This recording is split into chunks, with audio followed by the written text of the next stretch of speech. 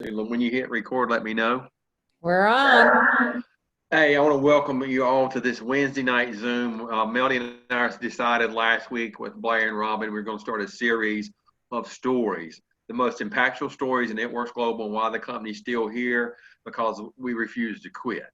And when we caught the dream and caught the vision of where we're going, I'm getting ready to go into my 19th year full time. And what I want to tell you about this couple here, when they came on into our organization, it was like a breath of fresh air. It was like much needed oxygen and support. And I knew when I got a phone call from Blair McFarlane and we started going over the comp plan, how we got paid and how we were going to go maximize it and change people's lives around the world. And the dreams took on from there. They made a pilgrimage from Tennessee to North Carolina, where Mark Pentecost flew in from Michigan. At that point, we sit down and it was one of the most profound meetings. And we said, back to back, we're going to take this company to number one. And they have proven over the course of almost 16 years or better that they've come after it, and they're very loyal, and their heart is so pure about helping other people. But their story is unparalleled to anything you hear in this industry, because I've been with them all these years, and we've had a chance to travel all over the world together. We've had a chance to cry together. We've had a chance to fight through all the struggles, and we've had a chance to hit these runs. And I promise you, right now we're on the next major run. It's going to be bigger than anything it's going to be unparalleled to anything we've experienced the last 19 years. Melody and Blair, I love you guys more than you imagine. You're just like family to me.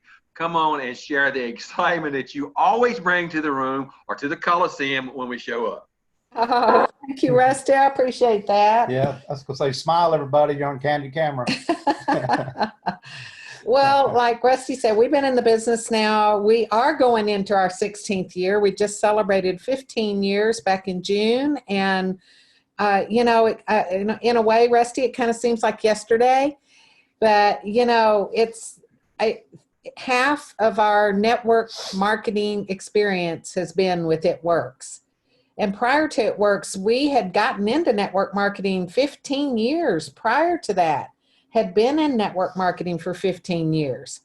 And, we just weren't successful there as far as monetary success. But, we did go through quite a bit of changing. We went through a lot of personal development, and, we listened to tapes and we read the books, and we were involved in a company for 10 years that was really, really good at personal development. And Blair always says we got a Vanderbilt education in personal development. The money that we spent in those companies with all the traveling and all the expenses, the products and everything, without any real monetary return, was like a Vanderbilt education. But you know what? I don't regret it, because, God's in control, and He brought us from where we were to where we were, and from where we were way back then to where we were 15 years ago when we signed up in It Works, and when It Works found us. So for us, we were ready. And in fact, we got introduced to network marketing through Jeff and Susie Reel, and they brought us a cassette tape, and that cassette tape said, if you had all the money and all the time to go with it, because, you can make a lot of money, but you just don't have any time, or you can have a lot of time, but you don't have any money. What if you could get both? Time and money. What would you do? Where would you go? What would you have? And we listened to that tape and we were like, wow. I mean, it was kind of a novel idea, a novel concept, wouldn't you say? Yeah, absolutely. I mean, I was working as a secretary. Blair was working in construction. He owned a construction business. And for us, we never thought that way. We just thought we were just living life the best that we could, and just trying to keep our head above water and trying to keep the kids fed and clothed. And, there just wasn't really a lot of extra around our house, but we weren't starving, but we were just getting by. And we weren't really living life to the fullest. We were just living. You know what I mean? And, we had kind of talked some that it'd be fun if we if we could go wherever we wanted to go. And Blair used to like to fly gliders, and he had a wish for having a brand new glider and to be able to have the time and the money to go and do that. But for us, it was just a wish, because a wish is something that you just continue to pine for, you continue to wish for it, but you really don't have any way of getting it. And so you just keep wishing. But we learned through that first business we were in how to dream. And the dream is different than a wish, because the dream is something that you put out there, but you have a vehicle to get it. It's something that becomes like a reality to you. When you put your dreams on a vision board or on your dream board or whatever, if you have a vehicle to get it, then guess what? You're going to get it if you don't give up. And so we learned that in the first 15 years of our network marketing experience. And we were growing as people, because we were 34 when we got introduced to network marketing. And that was 30 years ago. And a little over 30 years ago, right? Close enough. So, we did all kinds of crazy stuff. Rusty, you want me to tell that story? Yeah, well, I need to say one thing, Mel. And when I met you guys, I was overjoyed, and I just kept staring at you. I met Blair on the phone. Doug Nooney had him to give me a call. I met Blair on the phone. We bonded within 2 minutes. We were like, we're brothers for life. And then I met Melody, and they found out they had the vehicle to drive. And here's what they did. They got in this big rig and they drove it. And here's what I want to tell you about Melody. I was coming out of the mountains of Virginia. I had some more reps with me. I took them on the Blue Ridge Parkway. I'm coming down the road. I get a text from Mark Pentecost. He said, we have our first ambassadors. Melody McFarlane, how great does that make a guy feel that you are able to break the first ambassadors? And I know exactly where you're in Puerto Rico at a trade show. Yeah. And you're in there, you're making it happen, and you brought in enough business to hit that first pin level. That means you broke records in the company because you jumped in the truck, the big rig, because it was loaded, and you started driving it. So I just want to clear that. Yeah, I want you to tell the story. I want the people to feel your passion and where you come from and exactly what you got your hands on. And you're sitting in this big rig. You just got to make up your mind to go drive it. And after you hear this story here, I think your mind will be made up. Yeah, for me, I always looked at everything like, me? I mean, I'm just me, you guys. I mean, I really hope that by the time we get done with this tonight, that you will look at Blair and I as just regular people, just like y'all. I mean, we are not anything different than you. We've just been at this a little bit longer. And, I looked at myself as not polished. I didn't have a college education. I always worried about what people thought. I was always thinking, God, just don't measure up. I just, not smart enough or whatever, but when this product came into our lives in 2005, I was 49 years old, and I just fell in love with the wraps. That's what got me. The wraps got me. And all I did was went to work. And actually before that, we had pretty much given up on network marketing. After 15 years, it just wasn't happening. And Blair said, you know what, I'm going to start putting all the skills that we learned all those 15 years, and I'm going to apply them to my construction business.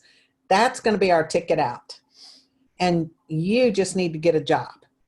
And at that point, I had already not been working a real job. And so I was totally unemployable and didn't want to go to work a job. So I got into a cosmetic company and started selling a very pink cosmetic company, pink. And that's what I was doing.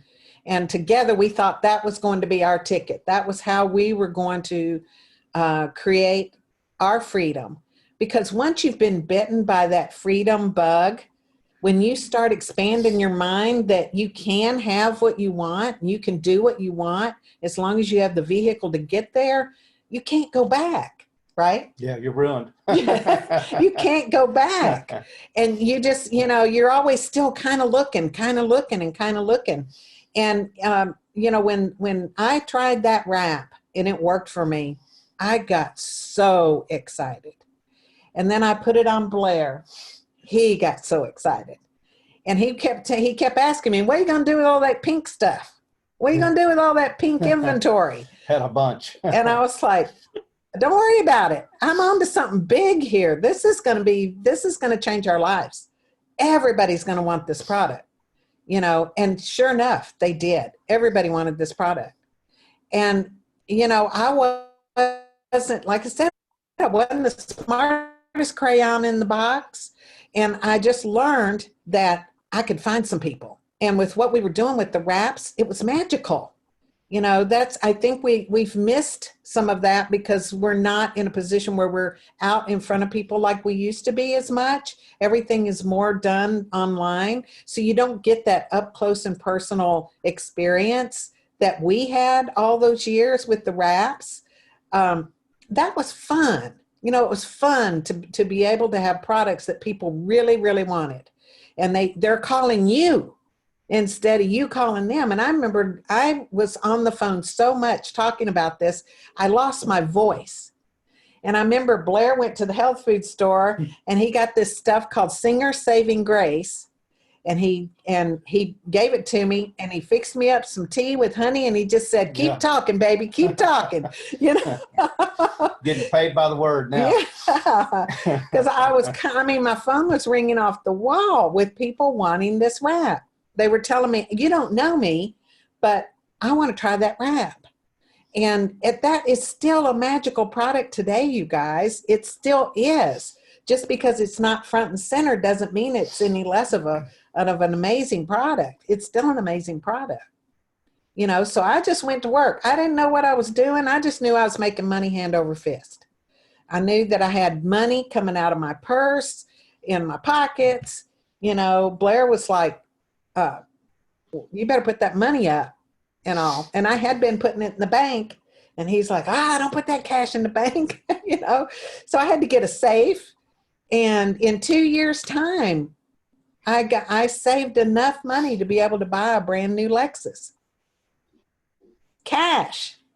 It was amazing, right? Totally. It was so fun. So, it was, y'all, I have to make you understand that there is no secret bullet other than to be excited about what you got your hands on and then do the work. That's it. Get excited, find out what to do, find out what is your niche, what works for you. There's so many different ways. I just learned a new way this week after having Carissa and some of the girls come over to my house and talking with Carrie Gabriel, and she gave me some ideas and I'm like, oh my gosh, why didn't I know about that? So, we share with each other. We can get the how-tos. But what you really got to get down deep inside of you is the why. Why to do this?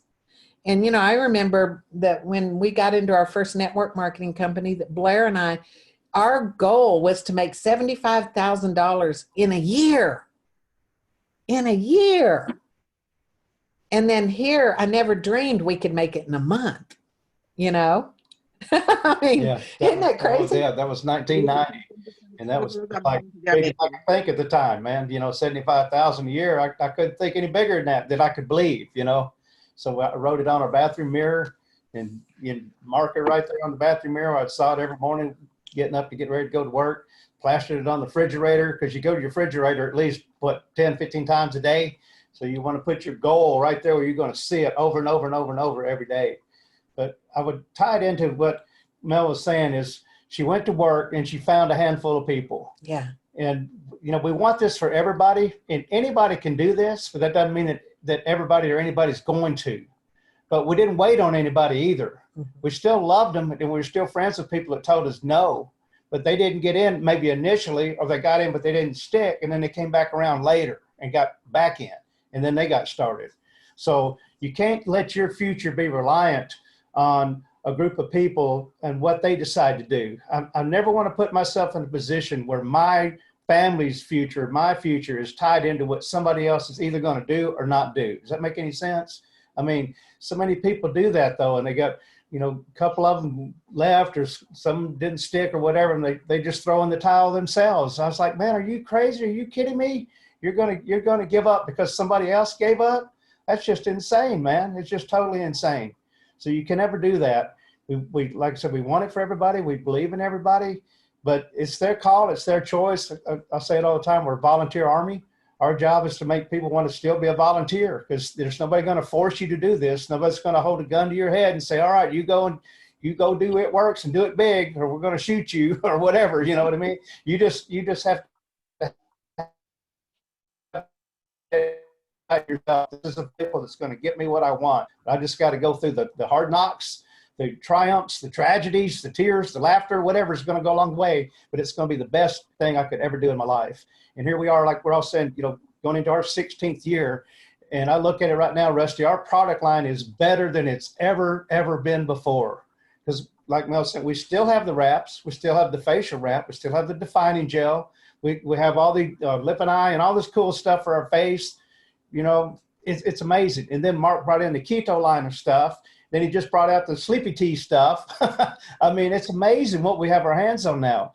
When Mel, she really got started, because I was still in construction 60, 70 hours a week in 2005. But I think we had like 7 products at that time, 7. And that was it. But we didn't care. I mean, they were all awesome products. They were amazing products. And people were interested in listening to what we had to say about them. And that's, you know, we were off and running with those 7 products. I can't even keep count of how many we got now, but I know they're all amazing. And if they're not doing what Mark expected them to do, and for all of us, then, you know, he'll phase them out and bring in something else. He's just a genius at doing that. I'm telling you, he's a genius at doing that. So anyway. Yeah. And, you know, along the way, I really want people to understand, because I think there's a lot of people on here that have not heard our story and don't know our story. You know, it took off really fast, and I had no idea what I was doing. I really didn't. I was ignorance on fire, totally ignorance on fire. Didn't know how we made the money. And at some point, Blair did say, you know, hey, we need to figure out how you're making this money, how to maximize it, you know, because I was just putting everybody on my front line. Yeah, we had enough people, you could have been triple diamond. Well, I had like 72 front line. We didn't know what we were doing, you know. It was just crazy. And, you know, but along the way, we had a lot of tragedies. Blair said the word tragedy, and we had a lot of loss along the way. And, you know, we were, when Mark introduced I still want to call it the cab bonus. So it's the diamond bonus or whatever. When he introduced that to us, nobody had gone triple diamond in the company yet. And this was in January 2007. And nobody was triple diamond yet. The company was already 6 years old. And there was just a handful of us at this meeting with Mark. And Greensboro, North Carolina. Yeah, in a steakhouse. Steakhouse back room. You know, there was about, I don't know, 7 or 8 of us that were in there that were diamond or above, and it was just diamonds and doubles. That was it. And so Mark issued a challenge. Whoever went triple first was going to get all expense paid trip to Jamaica or Cancun. And I remember punching Blair, and I said, that's our trip. We're getting that trip. And I came home and then found out my little sister had lung cancer, and her prognosis was really, really not good. Her doctor had said he didn't know if she would make it 6 months. And I made the decision that I was going to spend time with her, and I was going to put my business on the back burner. But, you know, I mean, we had a lot of momentum going on. Our business was rocking and rolling. And in order for our business to go, I had to go. You know, I was not sitting behind a computer. We didn't have social media. We didn't have Zooms. You know, I got in a plane, or I got in the car, and I drove and I flew and I went everywhere, all over the United States, building my business. And I told Blair, I said, I'm going to get off the road and I'm going to stay and spend time with my sister, because I don't know how much longer she has. And, you know, I went to her and I told her what I was going to do. And she just looked at me and she said, no, are you kidding me? She said, you're doing what you were born to do. And you are not going to stay here with me because there are people, it's not about you and me. She said, this is much bigger than you and I. This is what you were born to do. And I mean, that it's like, it just kind of hit me. Oh my gosh. I mean, here I am and 52 years old or close to being 52. And I was living in my purpose. I was doing what I was born to do. And so she pushed me out the door and I went triple in March. She was the first person that I called. And a week later, she passed away. Yeah, right she didn't after even, Easter. Yeah. I mean, it just was unreal to me that it happened that fast. But, you know, I hear her voice all the time whenever things were really down and when things were not going well. And when I just wanted to retreat and not even be present, I would hear her voice saying, it's not about you and me. This is so much bigger than us, you know? And I realized at that point that there was so much more to what I was doing. It wasn't just about wraps. It wasn't just about getting distributors and customers. This was about changing people's lives. And I mean, that same week, my sister died on Monday, and on Thursday, I was working a show. I mean, we buried her on Wednesday, and I was out working a show on Thursday. And then just a few months later, as I'm going presidential, my father passed away as I'm going presidential. And I was supposed to be speaking at our very first conference. And my mom said, well, you're going to speak there. And, you know, my dad died on Wednesday and I was supposed to be on a plane on Friday.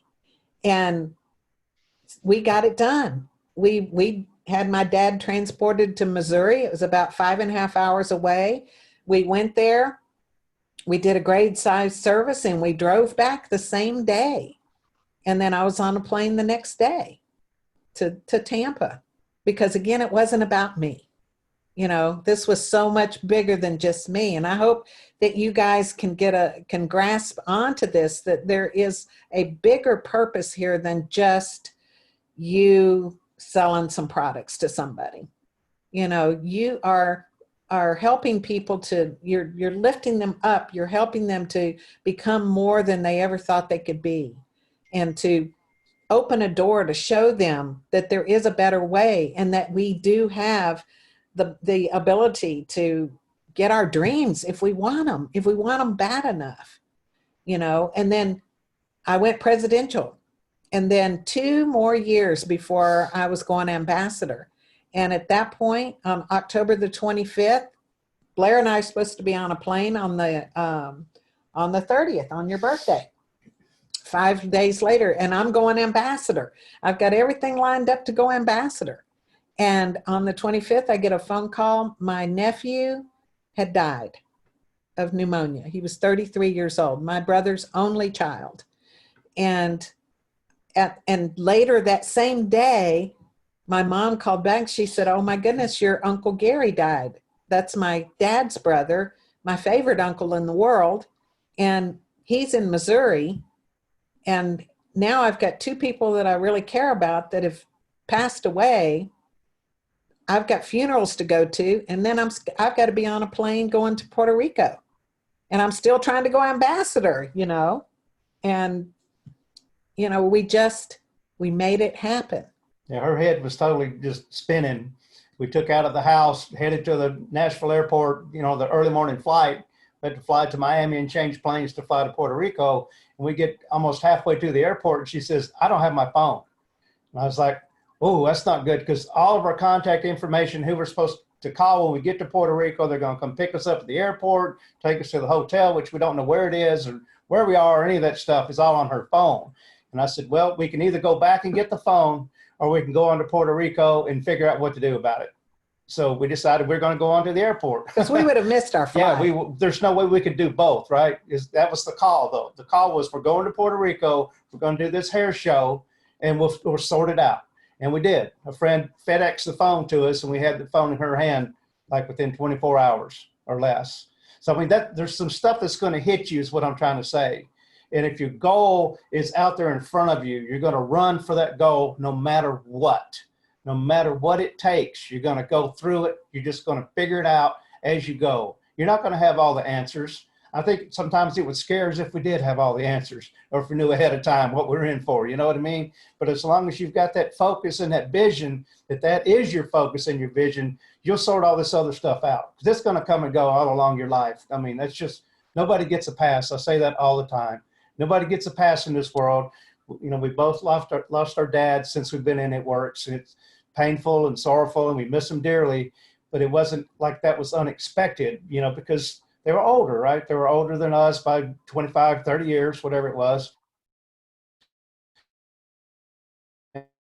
Get older, you age, and they get sickly and, you know, this and that.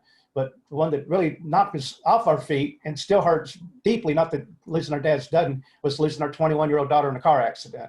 You know, we get a phone call at 4 o'clock in the morning to come to the emergency room at the hospital in Lebanon, Tennessee, and they won't tell us what's this or what's that or whatever. And we're like, whoa, you know, we show up there and our daughter's passed away in a car crash. And you talk about rock your world. I mean, man, your whole world is just destroyed at that point in time. And that was about 2.5 years before It Works came along our path. And when that happened with Lisa, I mean, I just thought my life was over. I was 47 years old, and I thought, I don't have anything to offer anybody. I can't even live for myself. How can I do anything to help anybody else after Lisa died like that so suddenly, unexpectedly, you know? But one step at a time, you know, one day at a time, one tear at a time.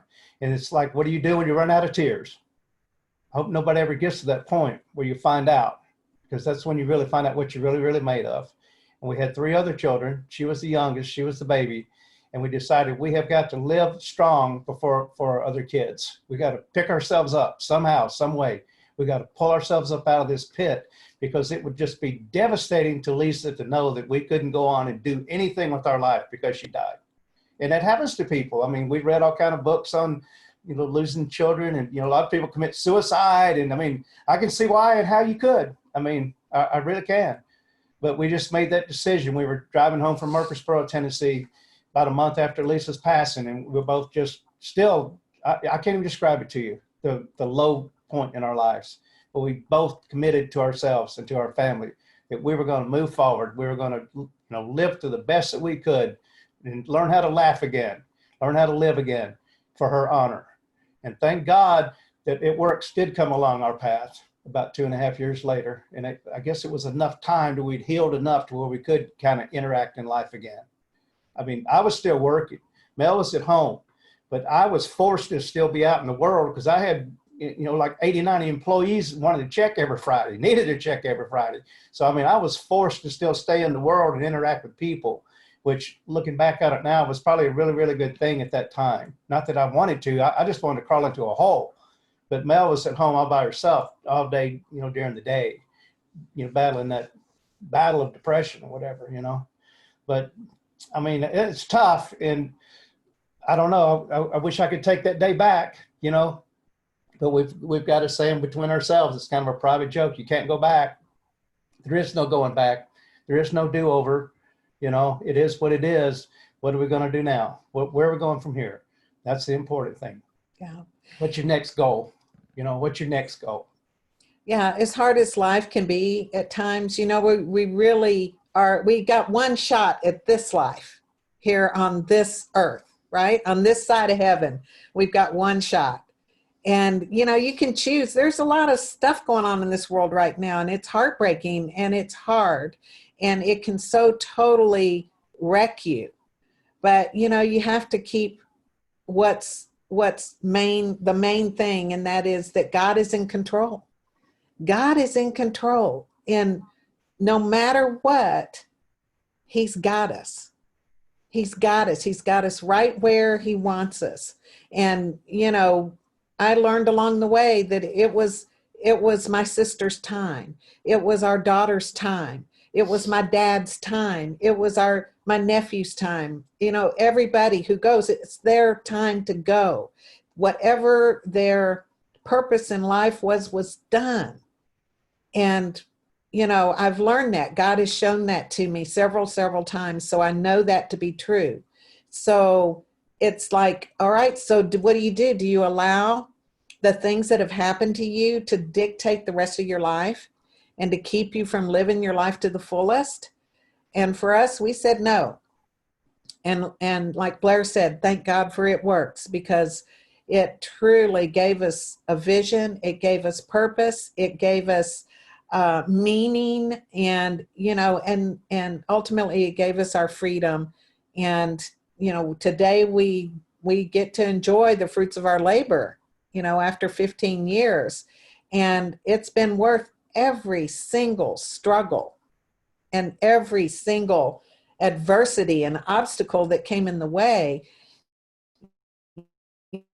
You can go around it, you can go under it, you can go over it, but one thing's for sure, you got to go through it. You can't just let it stop you, and so we just always figured out somehow, some way how to get through it. And sometimes it wasn't pretty, but we did it, so I want to encourage you that we're no different than you. We just realized that we could do something with our lives that would have a positive impact on other people's lives. And it was our responsibility to just keep talking, just keep sharing, just keep telling people about it. Whether they become a customer and get a benefit with their health, or it helps them to want to do better with eating better and losing weight or whatever, or whether it's a distributor who comes on board and sees this as their ticket out. Either way, it's not up to us. So I always look at it is, you just got to keep sharing. God knows who's supposed to get in your business. And if you quit before they get in, what if you're just, I always say you're just one person away from everything changing. And we've seen that over and over and over again. And thank God with our marketing plan, you just need a handful of really good quality people. And the odds of you getting that are in your favor. You might have to, what if you had to go through 1,000 people in order to find 5 good ones? Would you do that? Could you just line them up and start marking them off? Okay, there's 1, there's 2, there's 3, there's 4, and just keep on. What if it's the last 5 people? You went through 995 people. What if you had given up before you got to 996 and that was a big spark? So you just have to keep going. And as long as you continue to enjoy what you're doing, I'm telling you, if you get burned out, you need to take a step back and talk to one of us in your upline. We're in your upline. Talk to one of us.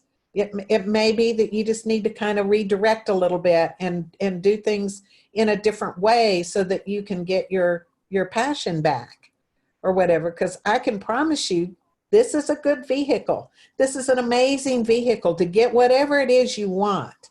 And if you go looking over to the grass on the other side, you got to do the work there too. And their result, the money that you get there may not be as good as what you can get here. But either way, you're going to have to do the work. So don't let that, thinking that it's better on the other side. The work still got it. It's the main factor is still you. It's still you. So I don't know. Well, you got something else you want to say? At the end here, it's a shame because you see so many people that are working so hard for what I call a temporary income. And if you're not in a business that's going to pay you, there was a book called Beach Money. It's an awesome book about residual income. We call it lake money now because we live out here on the lake, Yeah. But if you're not in a business that's going to pay you residual income month after month, year after year after year over the work that you put in years ago or months ago, you're in the wrong vehicle. That was me in construction. Yeah, I made good money while I was in there. It was killing me to do it. But as soon as I stopped, guess what? The money stopped. And if I still got paid $1 every time they opened their garage door and drove their car in, or they went through their front door, if I still got even just $1 from all those hundreds and hundreds of houses that I put up, I'd be more than wealthy on the beachfront, whatever. But most people don't have that. I don't care if you're a doctor, dentist, lawyer, landscaper, whatever you are, you've got temporary income and you're busting yourself, working yourself to death for that temporary income. You put that same effort into a business like It Works, it's going to pay you month after month. Bam. Now you've really got something. Yeah. It's worth it. It's so worth it. Yeah. So I I don't know. I still want to tell that story, Rusty. If you Do think it. I should. Go ahead, Melanie. You got to do it. All right, you guys, I got to tell y'all this story because I want you to know that we're just real people, okay? Real people just like you, all right? And, we learn a lot of lessons along the way. And the most valuable lesson I learned, I'm going to tell them about the car deal. I'll keep going. Okay. So we were in the other business, and Blair and I went to high school together, and at our 20-year class reunion in 1993, we went to our reunion, and we were in that company, and we were working our business, and, we were excited to share it with some people and talk to them about it. And, they kind of, it's not our cup of tea, and just, really kind of hurt our feelings, but that was okay. They weren't going to stop us. We weren't going to let their opinion dictate to us whether or not we were going to continue doing our business. So 5 years later in 1998, it was our 25th class reunion. So we did ours every 5 years. So in 1998, at that point, Blair's construction business was doing pretty good. And he was making some good money. And I'm a car person. I love cars. And so Blair kind of likes them too. And so we got us a Cadillac STS, beautiful car. And so we had it for, I don't know, maybe 2 years, not quite 2 years. And so there was an old tape that we had listened to back in the day. It was called Oh, Harry. And what that was about a guy that his brother-in-law's name was Harry. And Harry used to make fun of him with his network marketing business. And so every time, he would be trying to work his business, his brother-in-law would go, you out there working that business and stuff. And so Harry became very, very successful. And he got his first car that nobody had ever broke the leather in it. And he tells his story on this tape and how he just drove right up into Harry's driveway and honked the horn and said, "Oh, Harry." And then Harry come out and goes, and then he get a different car, and it was better than the one before, and driving up in Harry's driveway, "Oh, Harry." So that tape was one of the most famous get you motivated kind of tape. In fact, Rusty and I were talking about, he's heard the tape before, and we need to find it somehow, some way, because that's a motivator. I'm telling you, it's a motivator. So he always says, get you a Harry, somebody that's going to push you to do. Sometimes negative motivation is good too, and so all I could think about was our class reunion happening. Here it was 5 years later after we had been turned down so rudely by our friends. And I kept thinking, I'm going to clean my car up. And I got this beautiful Cadillac. And I kept thinking, oh my goodness, okay, so I'm going to clean this car up. I'm going to wax it. And it's going to look good. And I knew that night we were going to have the opportunity to pull right up in front of all these people, that they would be standing around with the long Southern goodbyes, and we'd be able to pull right up, and I'd be able to show that car off. Now, Blair was working. He had no idea that this was in my head, that I was doing this. All I could think was, I'll show them. And so as I cleaned the car all up, and along the front, in the front was a little grill piece that was all dinged up from rocks and stuff hitting it, and it just didn't look good. So I thought, idea. I took masking tape and I put it all over the front of the car, and I left that little grill piece exposed, and I spray painted it with black paint. And I didn't say anything to Blair, and I went in and got ready and everything. So that night, here I was. I couldn't wait to pull up in front of these people and just show them my car, and just knew that, that was just my thinking. So I pull up and pulled right in front, and we rolled down the windows and said, "It was great. We'll see you guys tomorrow," because it was a 2-day thing. So we'll see y'all tomorrow. And I noticed they were kind of looking, just looking and going, okay, okay. And I was like, yeah, they like my car, And we get about halfway home, and all of a sudden, I just went, "Oh my God!" I thought I'd hit somebody. I was driving, I thought I'd just run over somebody and didn't know it, I was like, "Oh my God! Oh my God! Oh my God!" And Blair said, "What is it? What is it?" I said, "Oh God! Oh God! Oh God!" And he pulled over, and he got out of the car. I said, Go look at the front of the car." And he got out and he looked, and he was like, "What the heck?" I had left that masking tape all over the front of the car.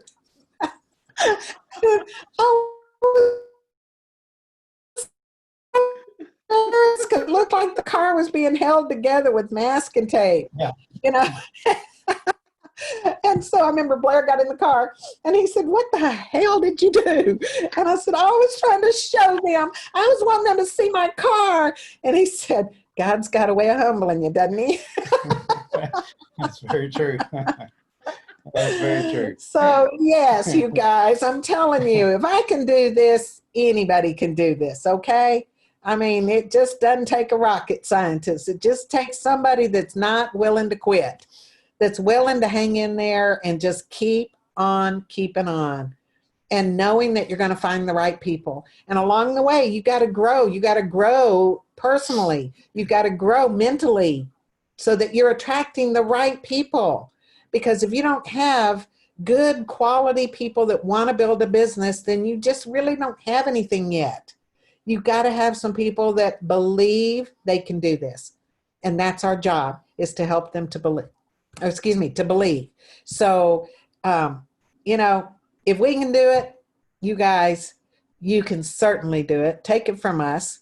I just turned 65 Sunday, and Blair will be 65 in October. So I'm a cougar. I married a little bit young. But you know what? We're not done yet. And we see that great things are happening and good things are coming our way. So, we just want to encourage you. We hope that our story has encouraged you to just keep on keeping on, because when it's your time, it's your time.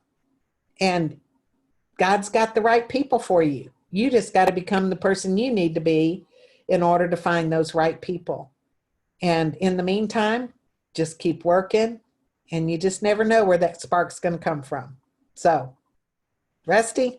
Well, Mel, thank you and Blair so much for all the years and dedication, the loyalty, the integrity that you've got by pouring into not just our organization, but pouring into the entire company and people around the world.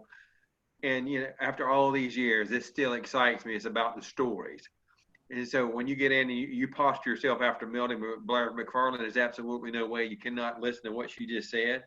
And when we put this out, I would say listen to it over and over and over again. And you develop your story based off of, there's adversities that come our way. And I saw them rise every time. In times of adversity, I saw them rise to the occasion, because they never made it about them or their feelings. There was somebody else I need to go help. And if I've heard her say that once, I've heard her say it 1,000,000 times over the last almost 16 years. And she's always been the first one there and the last one to leave. And you always got valuable content that enriched people's lives when Melda McFarlane and Blair McFarlane show up. Guys, I love you. I appreciate you so much. Thank you. Thank you, everybody, for joining us tonight. Join Melody and I again next Thursday night next week, when we'll have another inspiring couple on here. We call them power couples. This is a new series to help you send these stories out, just like, "Oh, Harry, I found it for you and sent it to you." All right. But anyway, inspire people, create your story, go after this like you never have before, because I believe it too. It is your time. Good night, everyone. Good night, everybody. Love you. Love you guys.